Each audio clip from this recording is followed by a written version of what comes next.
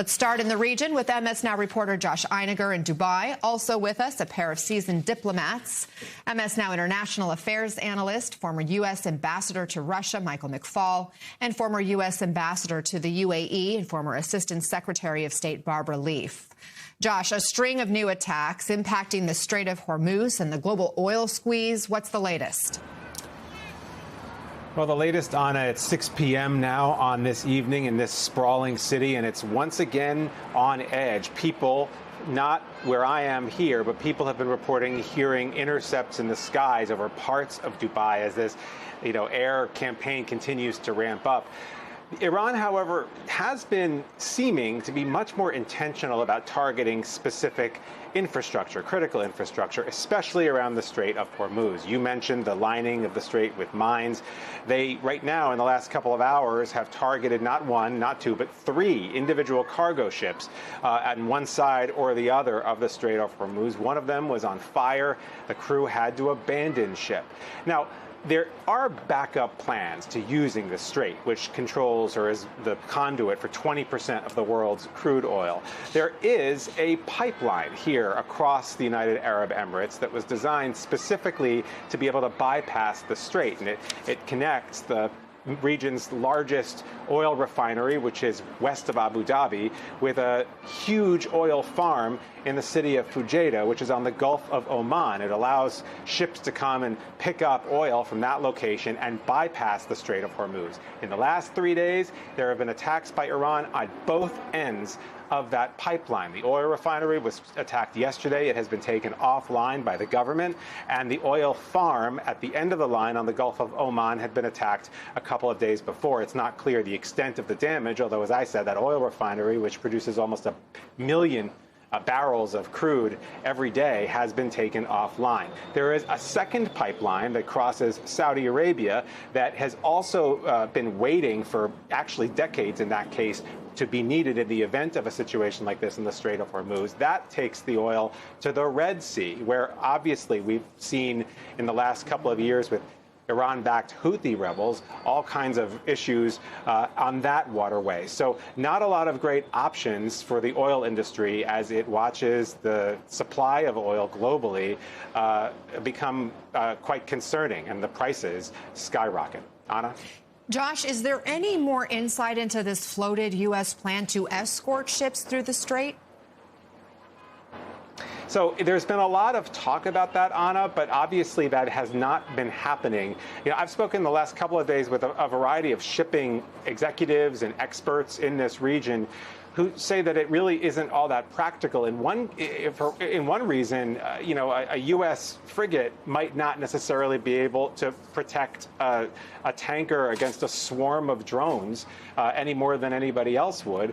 Then you've got insurance issues. Insurance companies would not necessarily be willing to insure voyages across the strait until they know it's safe, especially if there are mines in the safe. And then you've got the crews. These are human beings who work for a living who would have to put themselves in grave danger and might not be willing to do that. So it seems unlikely that there's going to be any movement through the strait, even if the U.S. military were willing to escort some of these ships. Anna?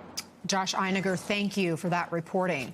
Now, Ambassador Leaf, Iran has lashed out at its neighbors, is now apparently trying to lay mines in the Strait of Hormuz. The New York Times reports that the Trump administration has been caught off guard by the scale of the retaliation, reporting some military advisors did warn before the war that Iran could launch an aggressive campaign in response and would view the U.S.-Israeli attack as a threat to its existence. But other advisors remain confident that killing Iran's senior leadership would lead to more pragmatic leaders taking over who might bring an end to the war. What's your view? Was Tehran's response predictable, or did the White House underestimate what they'd be facing? I think, unfortunately, tragically, it's a mix of both. Look, everything that Iran has done to date has been predictable. They've talked about it for years, but especially on the back end of the June 12-day war, they began to prepare for exactly this sort of round two of the conflict that they saw, very unfinished, with Israel and indeed with the U.S. So taking hostage, in a sense, the Gulf and through it, the international economy was entirely predictable, and it's very difficult to defend against. Ambassador McFaul, President Trump spoke to Vladimir Putin on Monday after reporting by MS Now and others that Russia's providing intel to help Iran in this battle. Trump envoy Steve Witkoff was on that call, and here's what he said after.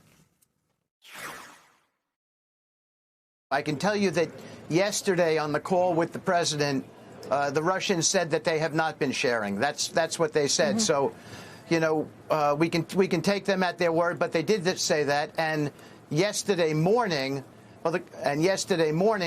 independently, Jared and I had a call with Ushakov, who reiterated the same.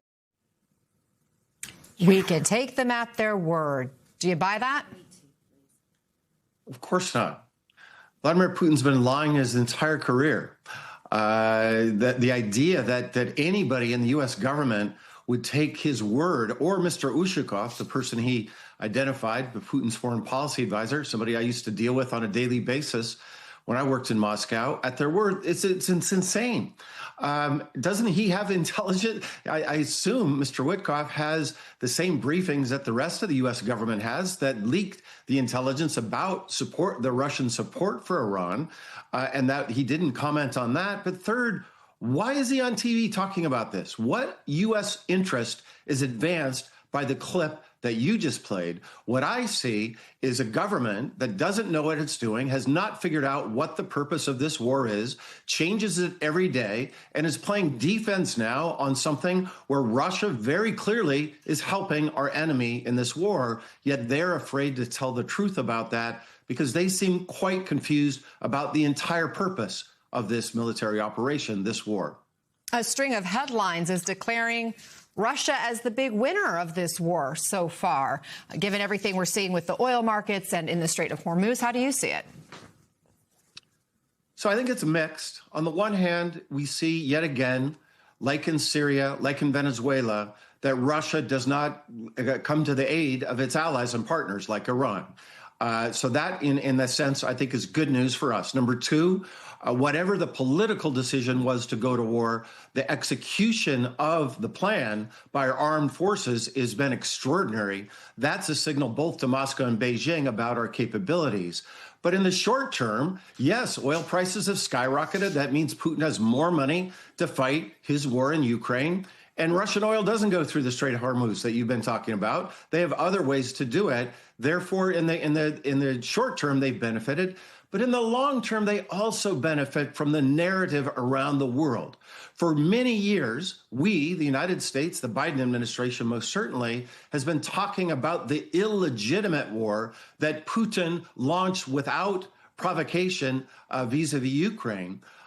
Now we have a much more complicated argument to try to explain why our war in Iran is legitimate for the rest of the world, but somehow Putin's war in Ukraine is illegitimate. Now, I believe that. I believe that sincerely, but it's a very hard argument to make, and we're losing public opinion around the world about the legitimate use of American power right now. Ambassador Leaf, I also want to revisit what Witkoff said about Iran's nuclear program yesterday. Let's watch. Think about what this world would look like if you didn't have Donald Trump as the president.